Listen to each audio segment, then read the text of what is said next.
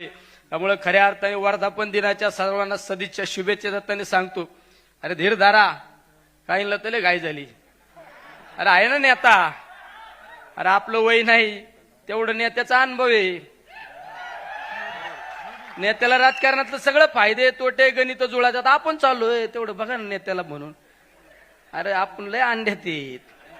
आपण ज्यावेळेस हापचेटी हिंडत होतो तेव्हा नेता महाराष्ट्राचं नाही देशाचं राजकारण करीत होता. जरा धीर धारा, कळ काढायची शिका.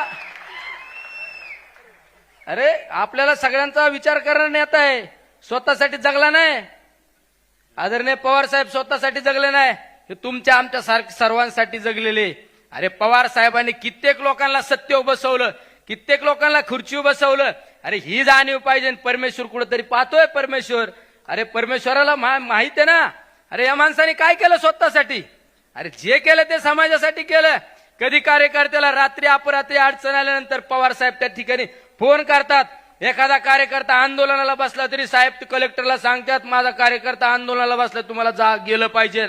एखादा कार्यकर्ता रस्ता रोको करीत असताना गुन्हा दाखल झाला, पवार साहेबांना बातमी कळाली, पवार साहेब कुठं जरी असले तर आपल्या आधी त्या कलेक्टरला फोन जातो, एसपी ला फोन जातो, माझा कार्यकर्ता हा चुकीचं कार्य करायचं नाही आणि समजून घ्यायचं.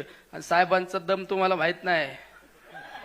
हा मग आम्हाला विचार करावा लागेल. साहेब असे म्हणत आहे, कळतं का तुला? बघून घेतो. बघून नाही, तुम्ही चुकीच्या पद्धतीने जर वागले तर आम्हाला विचार करावा लागेल.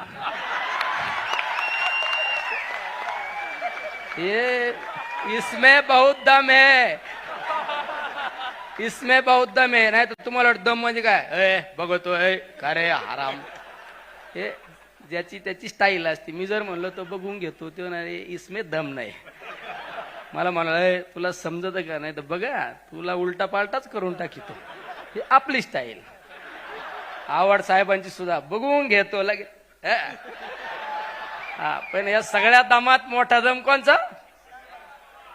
माझ्या समोर एकदा साहेबांनी अशाच एका मोठ्या हस्तीला सांगितलं होतं, निलेश लंके हा माझा कार्यकर्ता आहे, लोकवर्गणी तुम्ही विधानसभेची निवडणूक लढवितोय, त्याला जर चुकीच्या पद्धतीने तुम्ही त्रास देण्याचा प्रयत्न केला तर पाहू आपण.